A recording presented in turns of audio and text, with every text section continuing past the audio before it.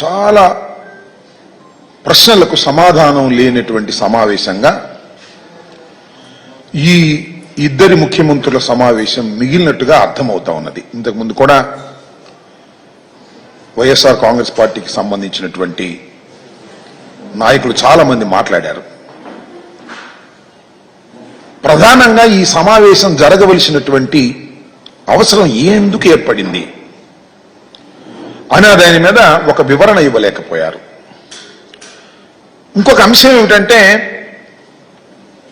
ఈ సమావేశానికి మన రాష్ట్ర ముఖ్యమంత్రి గారు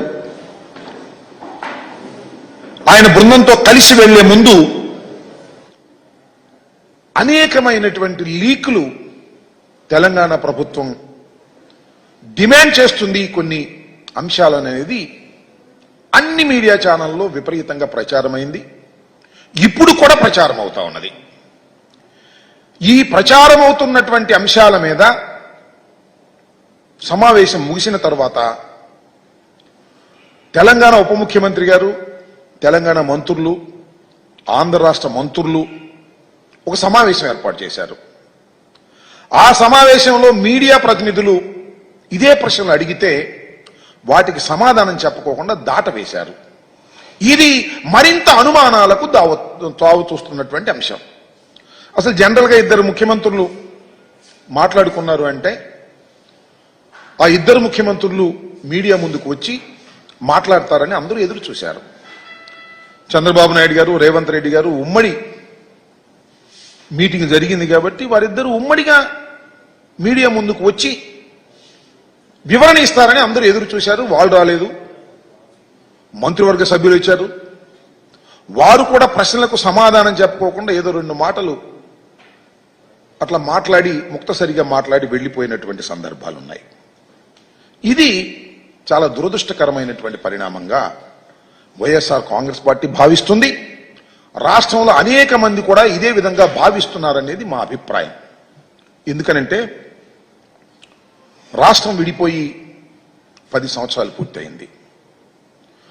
ఆంధ్రప్రదేశ్ 2 రాష్ట్రాలుగా విభజన జరిగినప్పుడు ఏపీకి మన రాష్ట్రానికి అనేకమైనటువంటి సమస్యలు అపరిష్కృతంగా మిగిలిపోయాయని, దానివల్ల మనకు తీవ్రమైన నష్టం జరుగుతుందనేటువంటి అభిప్రాయం ఈవెన్ చంద్రబాబు నాయుడు గారు కూడా చాలా సందర్భాల్లో చెప్పారు. రాష్ట్రం విడిపోయినప్పుడు మొదటిగా ముఖ్యమంత్రి అయింది నారా చంద్రబాబు నాయుడు గారు. 5 సంవత్సరాలు ఈ రాష్ట్రాన్ని పరిపాలన చేశారు. 10 సంవత్సరాలు హైదరాబాద్ ఉమ్మడి రాజధానిగా ఉండేటటువంటి వెసులుబాటును ఆ రోజు రాష్ట్ర విభజన జరిగినప్పుడు చట్టంలో పెట్టారు. ఎందుకనంటే రాజధాని లేని రాష్ట్రం కాబట్టి. ఇన్ఫ్రాస్ట్రక్చర్ ఏర్పడిన తర్వాత 10 సంవత్సరాల ఇన్ఫ్రాస్ట్రక్చర్ పూర్తి చేసుకొని అప్పుడు హైదరాబాద్ నుంచి తరలి వెళ్ళిపోతారు అనేటువంటి భావనతో ఆ ప్రొవిజన్ పెట్టారు. ఆ అవకాశాన్ని మనకిచ్చారు విడిపోయినటువంటి రాష్ట్రంగా. నేను అడుగుతా ఉన్నా, అవకాశాన్ని ఎందుకు ఉపయోగించుకోలేకపోయాం? 5 సంవత్సరాలు ఈ రాష్ట్రాన్ని పరిపాలన చేసినటువంటి నారా చంద్రబాబు నాయుడు గారు అవకాశాన్ని ఉపయోగించుకోకుండా ఎందుకు పారిపోయి వచ్చారు అనేది ఇక్కడ ప్రశ్న అని అడుగుతా ఉన్నా. ఎందుకంటే ఈ సందర్భంలో చెప్పవలసినటువంటి బాధ్యత, గుర్తు చేయవలసిన బాధ్యత మాకుంది. ఎందుకు వచ్చేశారు? ఉమ్మడి రాజధానిని వదిలేసి ఆయన టకటక వచ్చేశాడు. వచ్చేసి ఇక్కడ ఆఫీస్ లేదు. ఆయనే చెప్తున్నాడు చాలా సందర్భాల్లో, బస్సులో ఉండి పరిపాలన చేశాను అని. ఎందుకు బస్సులో ఉండి పరిపాలన చేయవలసిన పరిస్థితి ఎందుకు ఏర్పడింది?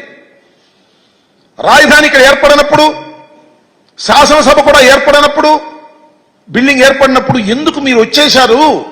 అందరికీ తెలిసినటువంటి సత్యం అది. తప్పు చేసి వచ్చేశారు. మెడబట్టి గెంటేశారు. మీరు భయపడి పారిపోయి వచ్చేశారు. తీరని ద్రోహం చేశారు ఈ ఆంధ్రప్రదేశ్కి మీరు మొదటిగా అనే విషయాన్ని ఈ సందర్భంలో నేను గుర్తు చేస్తున్నాను.